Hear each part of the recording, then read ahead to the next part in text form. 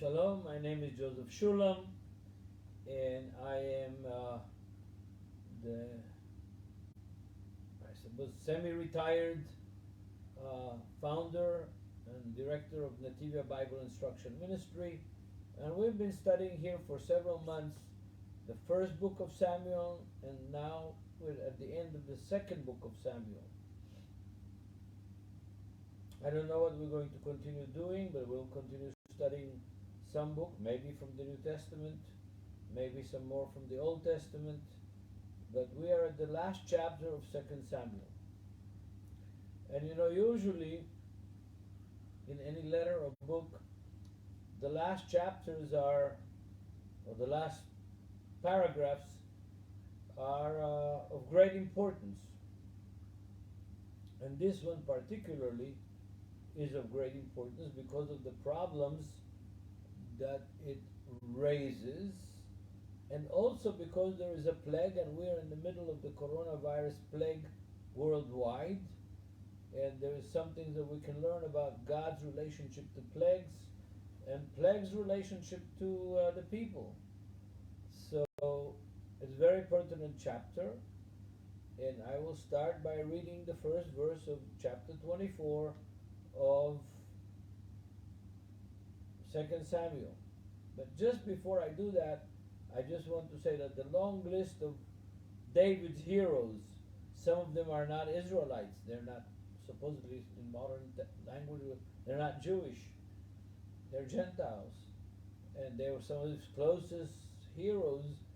Some of them accompanied him for years and years and years, from the time he was fleeing from King Saul, who was trying to capture him and kill him. So the commentators, the Jewish commentators, which are many and important ones, most of them don't address these names at all. I don't know if it is because they don't know much about them, like I don't know much about these people other than the fact that they're on the list, or that they chose not to delve into it because so many of David's closest generals, partners, protectors, guards, military leaders were not really Jewish, not really Israelites. But they don't comment very much on that. So I'm jumping right into chapter 24. The anger of the Lord again flared up against Israel, and he incited David against them, saying, "Go and number Israel and Judah." The rabbinical commentators have a problem with this text. The problem is dual. Some of the big ones, major Jewish commentators of the Bible, believe is because David counted the heads, the skulls, the people themselves, and he did not do what one of the major census in the Torah commanded Moses to do, and that is to number the children of Israel not by their number of the people, but they would give a half a shekel of silver, and they would count a half a shekel of silver, and by knowing how many half shekels of silver the people contributed, they would know how many people there are. Kind of a classical, go straight this way. And which God commanded Moses in the wilderness to count the people. There was dual purposes of that census in the wilderness. The book of Numbers deals, the first chapters of the book of Numbers actually deals exactly with that census. And there were several goals that God had for Israel with that census. One is to get the half a shekel of silver and to build this the footing that in which the poles of the tabernacle, the wooden poles of the acacia wood poles that were holding holding the tabernacle up would be put in these heavy silver bases to hold them up. That was one purpose. The spiritual purpose of it is for everybody in Israel to have a feeling that he has an actual active part in the tabernacle, that he has invested of his own in the building of the tabernacle, beside the general contribution collection that they made for materials, silver, gold, cloth, skins, furs, everything. Beside that, the half a shekel was also used in the construction of the tabernacle. So now it says that God anger again flared against Israel, and he decided, incited, tempted, depends how you use the word here, incited, tempted David to count the people of Israel and Judah from Dan to Beersheba, in other words, all the border of Israel, of the land of Israel at that time, so that he would know the number of the people. And obviously, we're going to see in the continuation of the chapter, this was considered a sin that brought about a major plague against the children of Israel. And Joab hears about what God told David to do. And in verse 2 he says to David, and the king first comes to Joab and says, Joab is army commander, chief of staff, make rounds of all the tribes of Israel from Dan to Beersheba and take census of the people, that I may know the size of the population. Now, God incites David, and David tells to Joab, go and count the people. And Joab says to the king, may the Lord your God increase the number of the people 100-fold, while your own eyes see it. But why should my Lord King want this? In other words, Joab already knows that it is something wrong to do, at least that the way that David commanded him to do it. However, the king's command to Joab and to the officers of the army remained firm. They tried to convince him not to do it, that it's a mistake, but he remained firm, he was stubborn. And Joab and the officers of the army set out at instant of the king to take census of the people of Israel. In other words, Joab and the officers of David's army immediately took out to do the king's bidding, to obey the king and count the people. And they crossed the Jordan River and encamped in Aroer on the right side of the town, which is in the middle of the valley of Gad, and went on to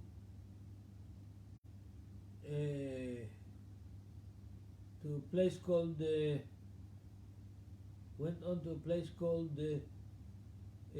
Yoezer.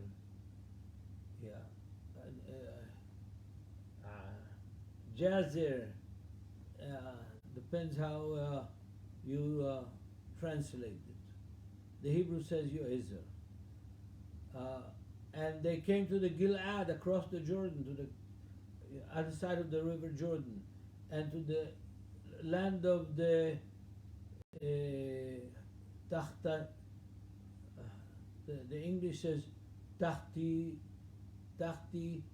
Mechodshi. Tahti Mechodshi. The Hebrew says Tahtim Chodshi, and they came to Dana and to the area of Sidon, or to the city of Dan and to the area of Sidon, to northern Israel, from the foothills of Mount Hermon all the way to the Mediterranean Sea, to Lebanon. Sidon is in Lebanon. And they came from there to the fortress of Tyre, and that also in Lebanon, and all the towns of the Hivites and the Canaanites, and finished at Beersheba in the southern Judea. In other words, they covered the whole land from north to south. And in verse 8, they traversed the whole country. Then they came back to Jerusalem at the end of the 9th month, 20 days, and 9 months and 20 days. Verse 9, Joab reported to the king the number of the people that had been recorded in Israel were 800,000 soldiers, ready to draw the sword, and men of Judah numbered 500,000.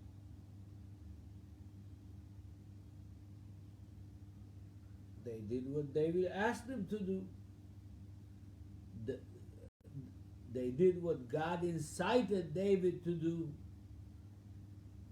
And verse 10, but afterward David reproached himself. It says in Hebrew literally his heart hit him. Yeah. His heart hit him. His pulse rose greatly. I would translate it that way. And he reproached himself for having numbered the people. You know, he was incited by God. He commanded Joab and the officers of Israel to traverse the country north and south and count the people. They come back after 9 months and 20 days to back to Jerusalem with the report. They tell him the number of the people, and then David reproached himself for having numbered the people. He was sorry he numbered the people. He was sorry he did that. And David said to the Lord, before the Lord came back to him and tell him, David himself said to the Lord, I have sinned grievously in what I have done. Please, O Lord, remit the guilt of your servant, for I have acted foolishly. David realized too late. He's an old man, and he's, I guess, his judgment is flawed, and he gives in to this temptation, incitement that God incited him. And now that he gets the result, he realizes that it was a problem. And he gets up in the morning, and the word of the Lord had come to the prophet Gad, David's seer, the same old God, G-A-D. One of David had two prophets that he employed, Nathan and Gad, and both of them were good prophets. And so God hears from the Lord, and the Lord tells God, go tell David, thus said the Lord, I hold you 3 things over you, against you. Choose one of them and I will bring it upon you. I'm giving you a choice of what kind of punishment you're going to get for the sin that you have sinned. But don't forget, God incited him.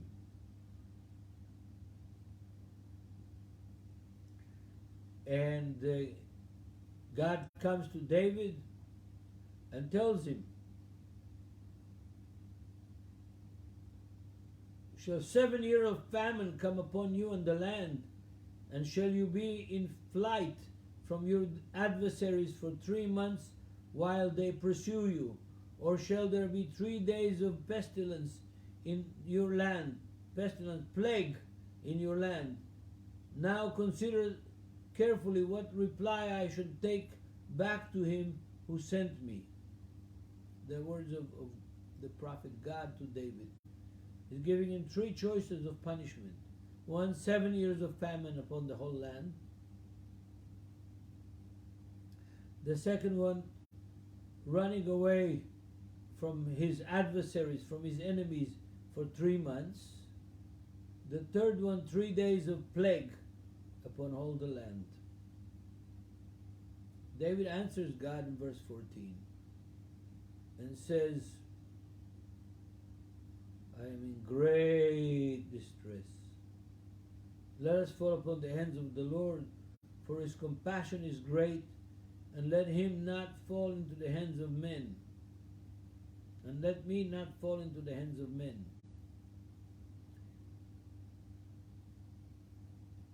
Verse 15, the Lord sent a pestilence, a plague upon Israel from morning until the set time.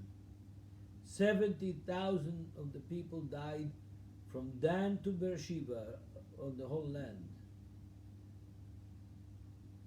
David chose for God to punish him and the people.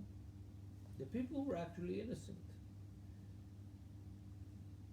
But David chose for God to punish him and the people with a plague, with a pestilence.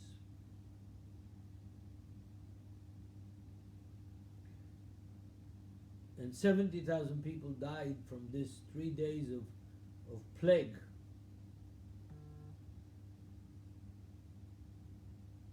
Verse 16, the angel extends his hand against Jerusalem to destroy it. The Lord renounced further punishment and said to the angel who was destroying the people, enough. Stay your hand, pull your hand back. And the angel of the Lord then was at the threshing floor of Arunah, the Jebusite.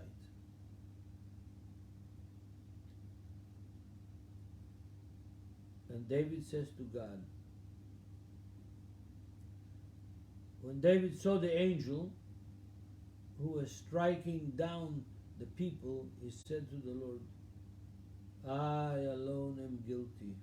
I alone have done wrong. But these poor sheep, what have they done? Let your hand fall upon me and my father's house.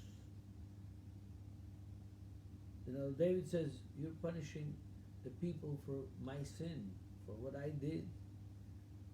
Please, Lord, stop punishing the people. I am willing to take all the full force, the full blunt of your punishment on me and my house and not on the people.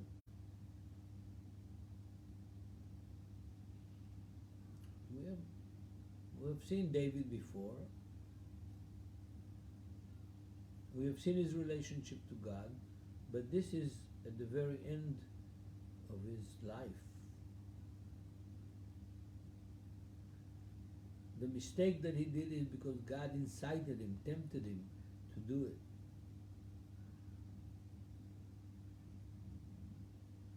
God comes back in verse 18 to David. God, the G-A-D, the prophet, comes back to David the same day and said to him, go and set up an altar of the Lord on the threshing floor of Arunah the Jebusite. And David went up following God's instruction as the Lord had commanded. Arunah, the Jebusite, not an Israelite, not a Jew, not a Hebrew. Arunah the Jebusite, left over from the days when Jerusalem was a Jebusite city. And he has the choice place in town, the highest hill in town, above the city of David, above Mount Zion. The threshing floor has to be high because the wind has to come and carry the chaff and leave the grain. And so Arunah looked out and saw the king and his courtiers approaching him. So Arunah went out and bowed low to the king with his face to the ground. And Arunah asked, "Why has my lord the king come to his servant?" And David replied, "To buy the threshing floor from you, that I may build an altar to the Lord, and that the plague against the people may end, may be checked."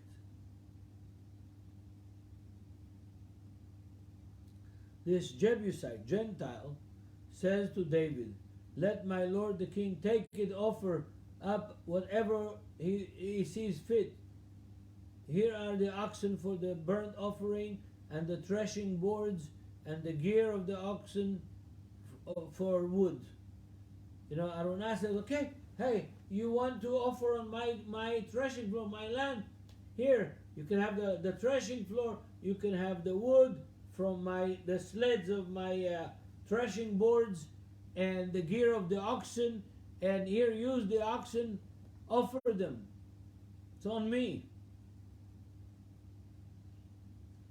Aruna gives David everything that he needs for this sacrifice on the threshing floor, on Aruna's threshing floor. All, verse 23, "All this, O king, Aruna gives to your majesty, and may the Lord your God," Aruna added, "respond to you with favor." Aruna is generous. He gives the king everything that he needs. But the king responds to Aruna in verse 24. But the king replied to Aruna, "No, I will buy them from you at a price.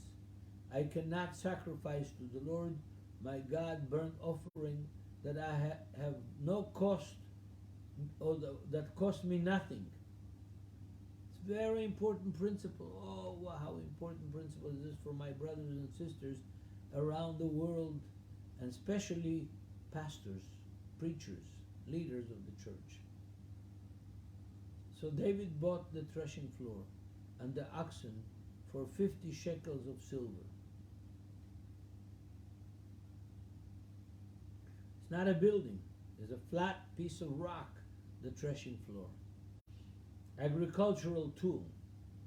Remember that Abraham paid 400 pieces of silver for the cave of Machpelah to bury his dead there, and to himself be buried there.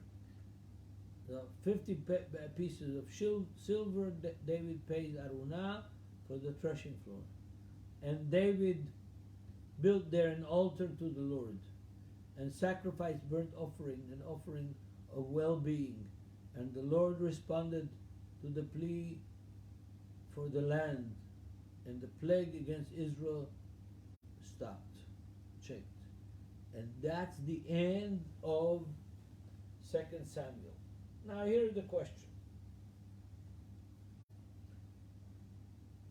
Whoever wrote the book of Samuel, 1 Samuel and 2 Samuel, I believe is the same person. Maybe he wrote also 1 Kings and 2 Kings, I don't know. But at least 1 Samuel and 2 Samuel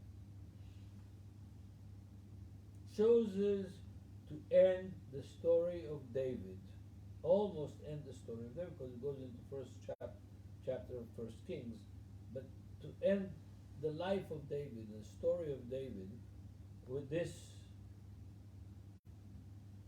counting of the people, this plague that falls upon the people, and with David saying, "Lord, don't punish the people, punish me.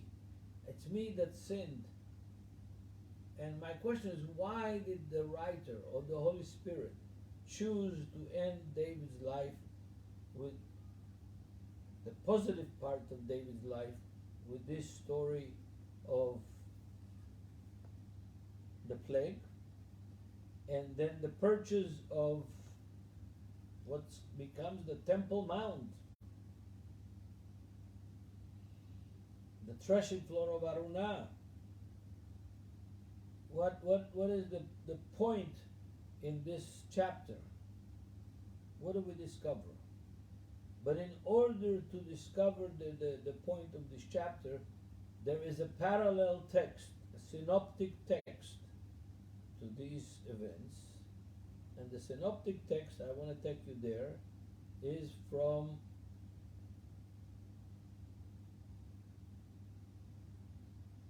from First Samuel. No.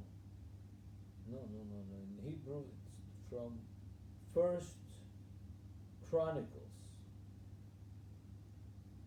First Chronicles. And we're talking about chapter 21. Okay? If you have two Bibles open, remain open in First Samuel 24 and go to First Chronicles chapter 21. It's important stuff, folks. Remember verse 1 of chapter 24 of 1 Samuel? It says, and the Lord incited David to count the people, to number the people. First Chronicles, written much later.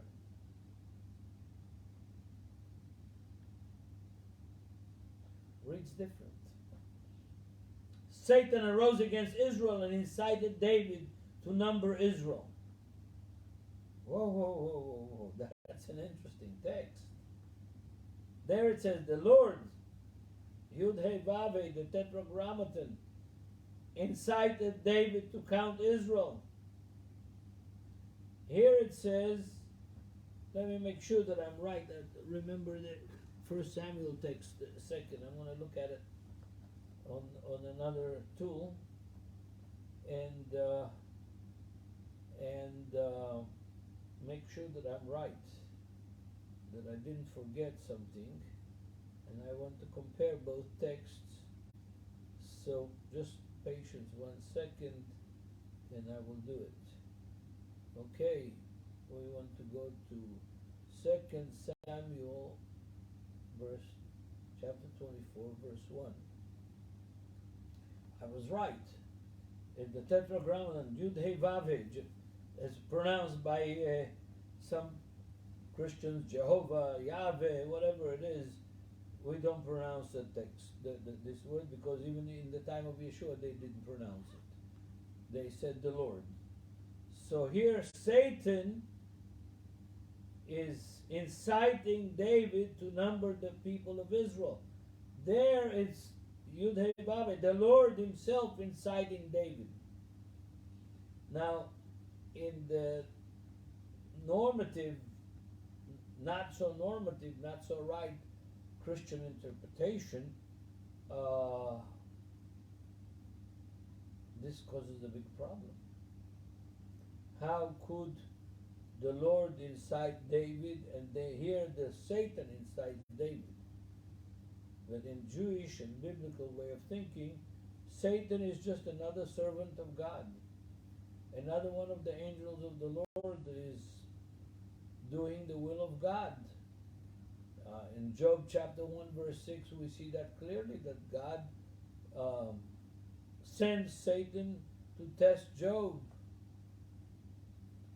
In the last chapter of 1 Kings, we see that God says among his servants up in heaven, in the boardroom where they're discussing things with God, his angels, he says, who's going to go and bring a lie to the prophets of Ahab?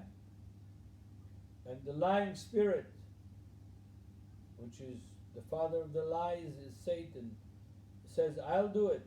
I'll go down and do it. So, not a big problem for Jewish theology. For Hebrew theology, it's a big problem for Christian theology. But here, Satan is inciting David to go count Israel. The rest of the chapter is more or less the same. And I want to summarize this chapter and then summarize 2 Samuel in general, and do it short because I don't want to lengthen this teaching too much. The writer of 1 Samuel wants to show us two things with the end of 2 Samuel. One is that David's dedication to his people and to the Lord hasn't changed. When he said, I want to drink water, the previous chapter, from the well in Bethlehem, and the well in Bethlehem is in Philistine hands, and 3 of his generals go by night, a commando raid to the well from which David drank water when he was a child. And they sacrifice to go there from Adullam. So it's probably 15 kilometers, 20 kilometers from where they were. And they walk there or run and bring the water back. And David says, oh, this is so wrong, so wrong. I don't deserve that kind of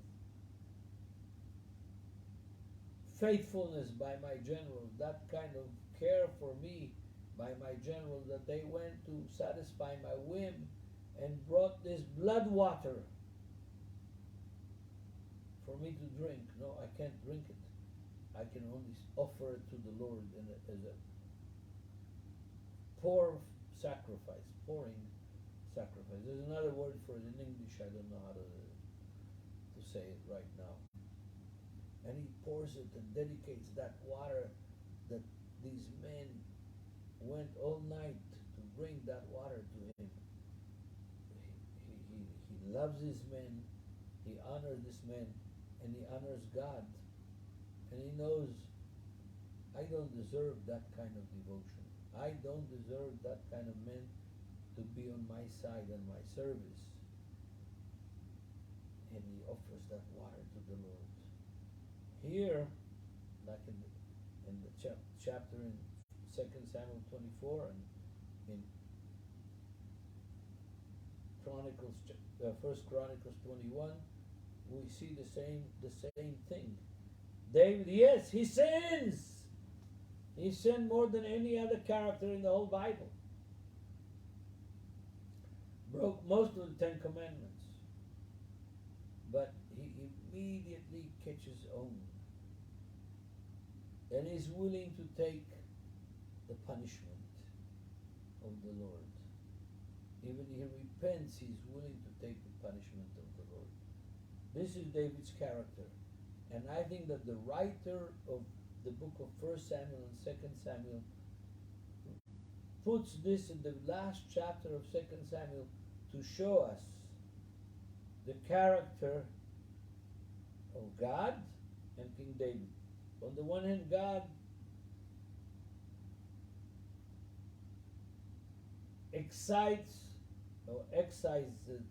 takes his leaders, the men of God, seriously and doesn't show them favoritism like modern politicians want to have shown to them favoritisms.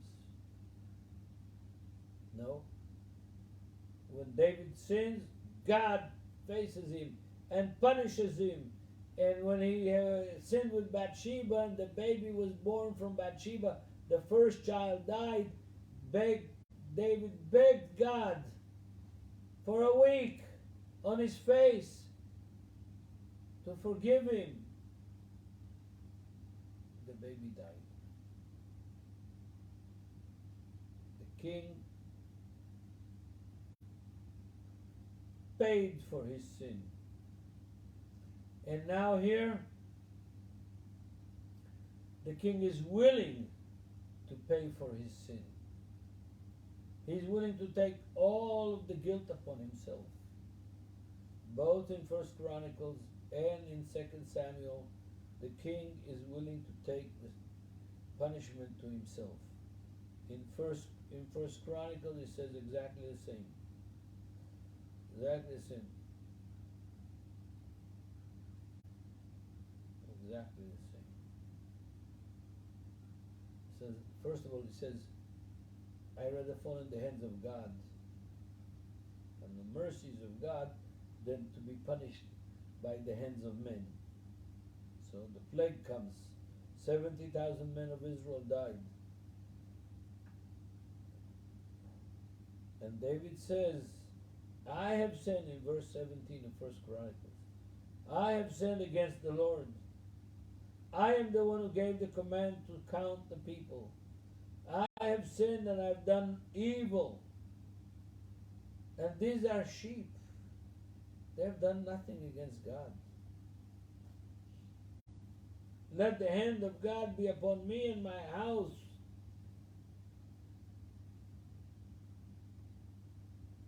and the house of my father, and don't send the plague